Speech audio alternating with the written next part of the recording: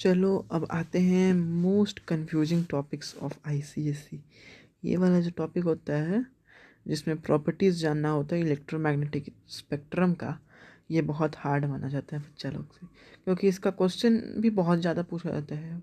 Question तो पूछा ही जाता है क्योंकि एग्जाम्पल पूछा जाता है। बहुत सारे स्कूल का प्री बोर्ड पेपर भी देखे होंगे, उसमें होगा। इसमें इंक्रीजिंग वेवलेंथ का ऑर्डर है gamma rays, X rays, ultraviolet rays, visible light and infrared rays, microwave rays and radio waves. इसको याद करने का ट्रिक मैंने ग्रुप पे पहले भी दे रखा है।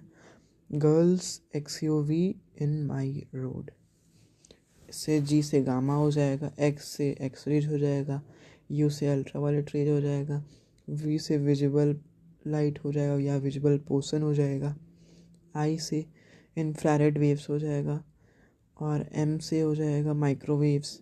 उसके बाद रोड से radio active waves. Radio active waves भी दो तरीके का होता है, शॉर्ट वेवलेंथ और लॉन्ग वेवलेंथ वाला। इसका वेवलेंथ बढ़ता है तो फ्रीक्वेंसी घटता है। ऊपर से गामा से रेडियो तक आओगे तो फ्रीक्वेंसी घट जाएगा। अब यूजेस पर आते हैं। जो गामा रेज होता है उसका यूज़ क्या होता है, वो हम लोग का कैंसर सेल्स को किल करने के लिए यूज़ किया जाता है गामा रेज का। और फिर वो स्टेरिलाइजेशन के पर्पस में भी कुछ काम आता है जर्म्स का। एक्स रेज ये कौन नहीं जानता, ये तो सब जानता है कि एक्स रेज से हड्डी का डिटेक्शन होता है, कहाँ कहाँ फ्रैक्चर है क्या है। उसके बाद फिर अल्ट्रावायलेट रेडिएशन आता है। अल्ट्रावायलेट रेडिएशन का यूज़ क्या होता है कि ये जर्म्स को किल करने में मदद करता है। उसके बाद विटामिन डी का सिंथेसिस करने में मदद करता है और सब्सटेंसेस का प्योरिटी डिटरमाइन करने के लिए भी इसका यूज़ किया जाता है। अल्ट्रावायलेट रेज का प्रॉपर्टी हम लोग को डिटेल में पढ़ना है। विजिबल लाइट का प्रॉपर्टी तो सबको आता ही है। उसके बाद इंफ्रारेड वेव्स का प्रॉपर्टी हम लोग को डिटेल में पढ़ना है। यही हम लोग को मेनली फोकस करना है, प्राइम फोकस इस चीज़ पर होना चाहिए। अल्ट्रावायलेट रेज को हम लोग डिटेक्ट कर सकते हैं सिल्वर क्लोराइड सॉल्यूशन से। फिर इसको डिटेक्ट कर सकते हैं फोटोग्राफ का जो प्लेट आता था पुराने ज़माने में, उस पर डिटरमाइन कर सकते हैं अल्ट्रावायलेट रेज को।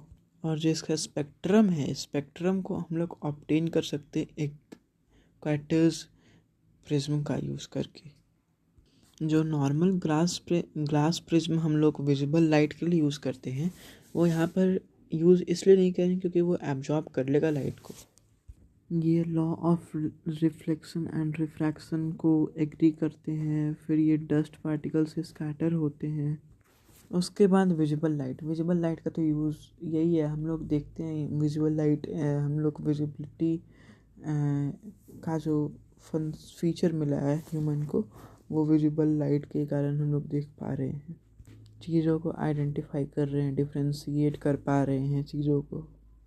फिर उसके बाद आता है इंफ्रारेड रेडिएशन। इंफ्रारेड रेडिएशन का यूज है थेरेपी जो डॉक्टर करते हैं उसमें भी। उसके बाद ये फोटोग्राफी जो नाइट में होता है उसमें यूज़ कर सकते हैं, मिस्ट या फॉग में भी, बिकॉज ये स्कैटर नहीं होते हैं, दे कैन पेनिट्रेटेड, मतलब ये बहुत दूर तक जा सकते हैं।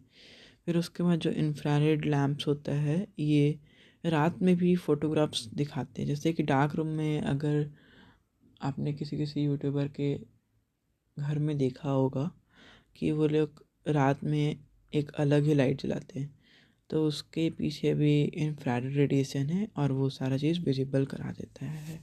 ये जो होता है ये वॉर के समय सिग्नल्स का काम करता है। उसके बाद फिर ये रिमोट कंट्रोल जो टीवी का आता है, जो रिमोट आता है टीवी का, उसके अंदर भी यही यूज़ करता है नेविगेशन के लिए, टीवी को आगे बढ़ाने के लिए।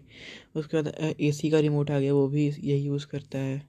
इसका स्पेक्ट्रम डिटरमाइन करने के लिए हम लोग रॉक सॉल्ट प्रिज्म का यूज़ करेंगे।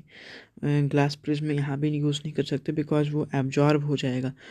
और जो क्वार्टाज प्रिज्म से था वो अल्ट्रावायलेट रेज था, इनका भी स्पीड बहुत ज़्यादा है। उसके बाद फिर ये भी law of reflection and refraction obey करते हैं अल्ट्रावायलेट रेज की तरह। माइक्रोवेव्स ये यूज़ होता है माइक्रोवेव ओवेंस में। जो रेडियो वेव हो गया ये रेडार कम्युनिकेशन में यूज होते हैं, जैसे जो शिप्स वगैरह हो गया उसमें यूज होगा, या टीवी वगैरह में भी यूज होता है ये रेडियो वेव्स।